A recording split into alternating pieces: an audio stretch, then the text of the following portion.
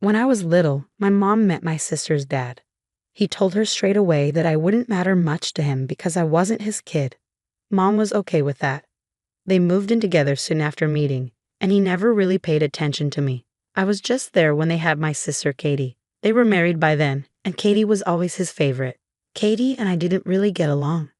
Sometimes we were okay, but I'd back off when she started praising her dad and saying how lucky we were to have him.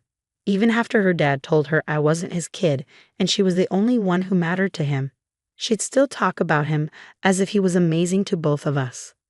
Our mom always told me I had to accept having a different dad than Katie and be okay with it. She said kids can have different parents and still be close siblings.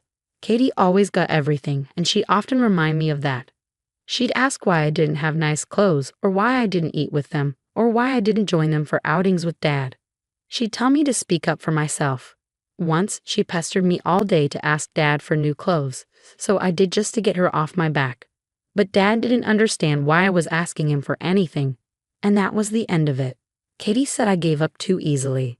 When Mom got sick when I was a teenager, I decided to tell Katie everything, hoping she'd understand. But she insisted her dad was still my dad because he raised me, and I should treat him like my dad. She brushed off everything I said, but she was just a kid, so I get it. I moved out just before turning 18, and then Mom died. It wasn't surprising that I wasn't welcome at the funeral. Katie wanted me there, but her dad made it clear it wasn't my place. Honestly, I didn't feel sad about missing the funeral because I had a strained relationship with Mom. 6 years later, Katie's dad got diagnosed with a terminal illness because he hadn't taken care of himself. I'm 24 now, and Katie's 20.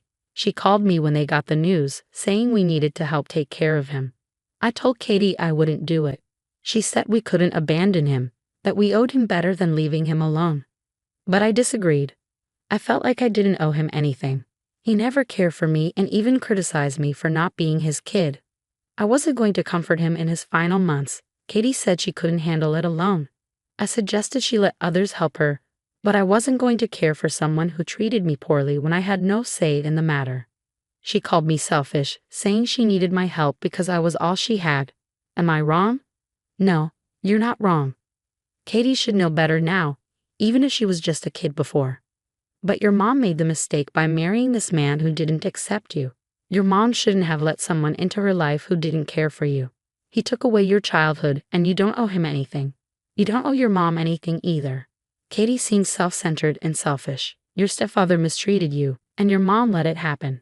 It's sad that your mom prioritized finding a husband over your well-being.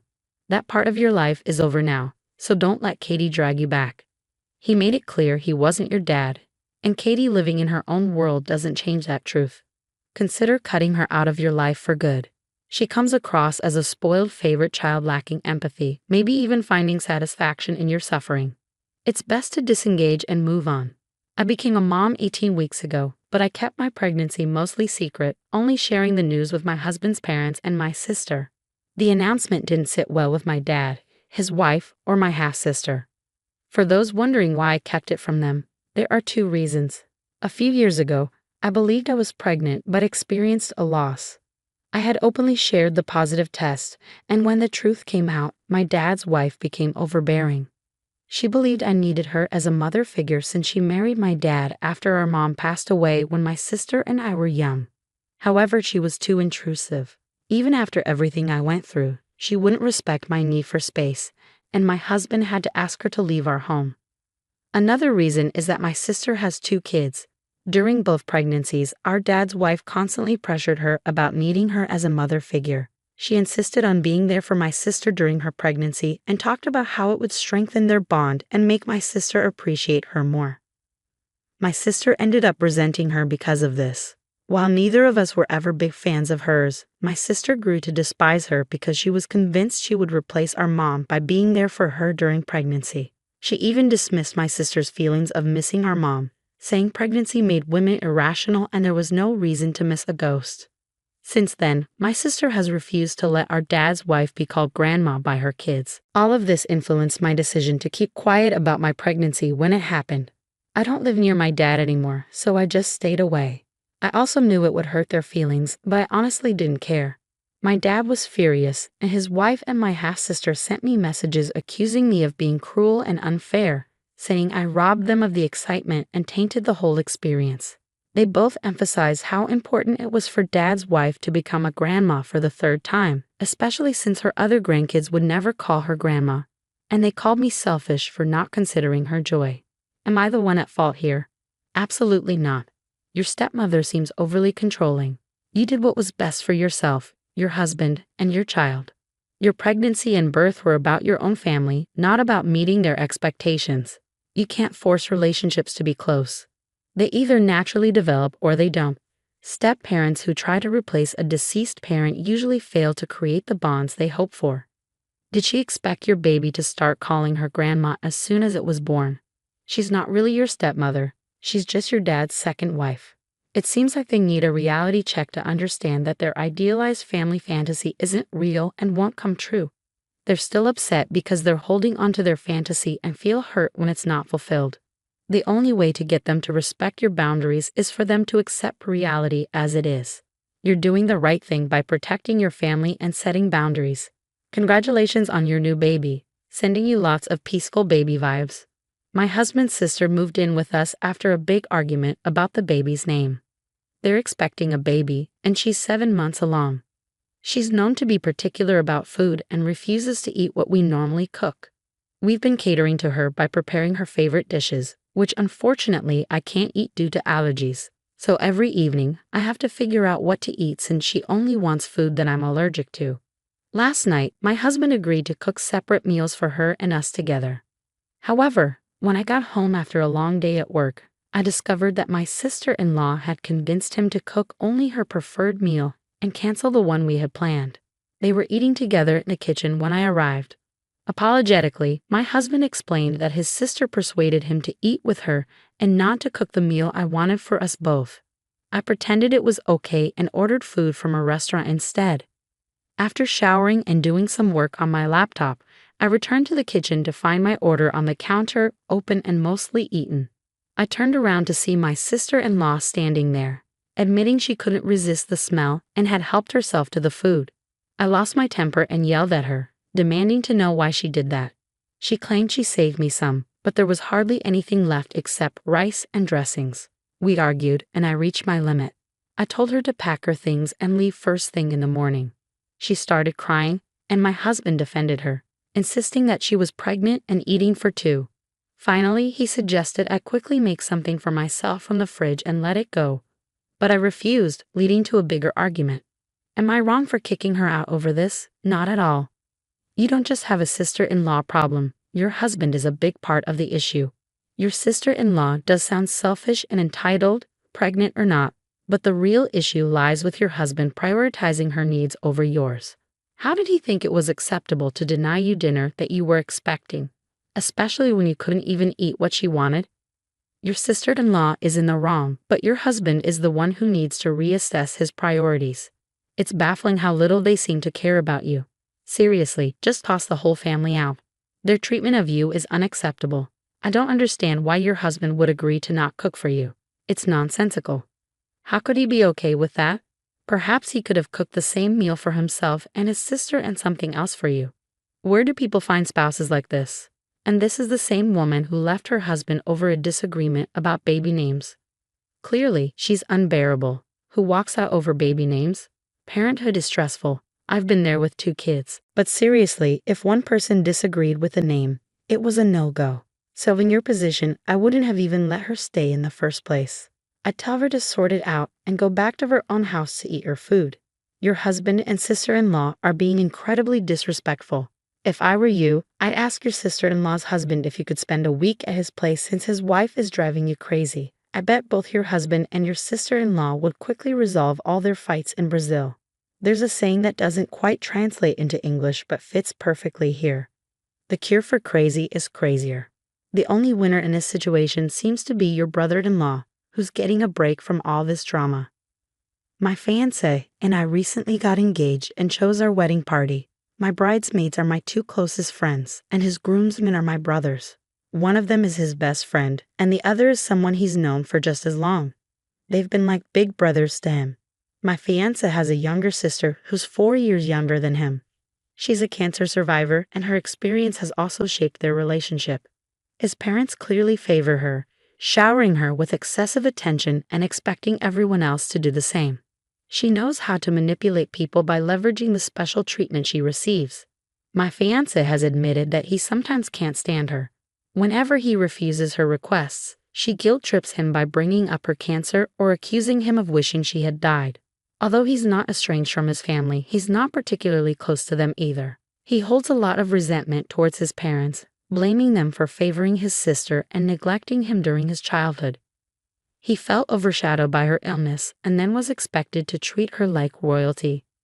When we discussed our wedding party, my fiancé expressed his desire not to include his sister.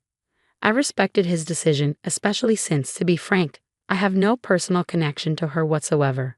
We've never spent time together or formed any sort of bond. Apparently, she and my fiancé's parents were expecting her to be asked to be a bridesmaid once they heard about our engagement. However, I hadn't planned on inviting her. I had already chosen my 2 closest friends to be bridesmaids. When his parents and sister confronted me about it, I explained that I hadn't intended to include her in the bridal party. They argued that she's family and important to my fiancé. I explained that while she may be important to him, she isn't close to me, and asking me to include her in my bridal party felt inappropriate. They called me foolish and insisted that I should try harder. They even suggested that she deserved a place in the bridal party more than anyone else, and that thinking otherwise made me seem like a bully, especially considering all she's been through. Am I wrong here? You're not wrong, but your fiancé should also step up and express that he doesn't want her in the bridal party. It's a joint decision, and both of you have the right to choose who stands beside you on your big day. It's unfair that you're shouldering all the blame for this when it's a decision you both made together. The parents are crossing boundaries here, and your fiancé should support you in setting limits with them. Consider reducing or cutting contact with them if their behavior persists. It's concerning how they tried to manipulate situations to favor his sister. If you and your fiancé have a child, they might even suggest giving her the baby because she's a cancer survivor. It's crucial to limit their involvement in wedding planning to prevent any unwanted surprises, like her showing up in the same colors as your bridesmaids or wearing a white dress to steal attention. Let your fiancé handle his family. He needs to address this with them. I, a 27-year-old woman, lived with my parents until last week. I have a dog whom I adore. She's been my best companion since I graduated from university. I'm not very social and prefer her company over most people I know. While I've had boyfriends and even a short-lived relationship that ended amicably, I'm just not interested in much beyond my work and my dog. My parents view this as a shortcoming, but I don't. My brother also resides with us. He's in high school and doesn't contribute financially. I cover about 50% of the household expenses, including groceries. I occupy the basement suite, which, while not legally rentable, suits a family member's needs according to building codes. Converting it for renting would be costly and impractical. My mom concluded that the reason I'm not actively seeking a husband is because my dog demands too much of my attention. While my pup does have some health issues, they are manageable and don't affect her quality of life significantly. Despite this, my mom gave her away while I was at work. When I returned home, my dog was gone, along with all her belongings, her toys, leash, everything. I confronted my mom, insisting she tell me where my dog was, threatening to involve the authorities and accuse them of theft if she didn't comply. I retrieved my dog from where she was being held and then returned to my parents' house to gather my belongings. Afterward, I went to stay with a friend. My dad has been reaching out, asking for money to cover expenses for the month. I reminded him that he should have considered this before allowing someone to take my dog.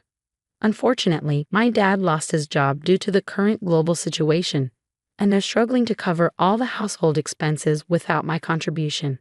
He mentioned that they'll run out of money in 3 months without my assistance. However, I no longer trust them. My family believes I'm foolish for prioritizing my dog over them. Am I wrong? You're not wrong at all. Your parents were clearly taking advantage of you. You were paying half of everything, including what should have been market rent for a basement suite that wasn't even up to code. That's unacceptable on so many levels. And that's before they decided to get rid of your dog. They deserve to face the consequences of their actions. Whatever you decide, never give them another penny. I'm relieved that you were able to retrieve your dog and find a safe place for both of you to stay. Perhaps they can consider moving into the basement and renting out the upstairs room. Problem solved, OP. Living with people who steal from you and try to control you is unsustainable. They're solely responsible for the current situation. Everyone should pull their weight and work while you find a place far from them where you and your dog can enjoy life. Additionally, if the mother's concern is that you're not seeking a husband, does she expect you to get married and have everyone live together in your home while you continue to support them financially? Or would she expect you to move out and still contribute as if you were living there? The same issue would arise. Your parents' actions have led to this situation, and at almost 30, it's unacceptable for them to still rely on you financially. They should have considered this before betraying your trust and alienating you. It's not just about the dog, it's about rebuilding trust.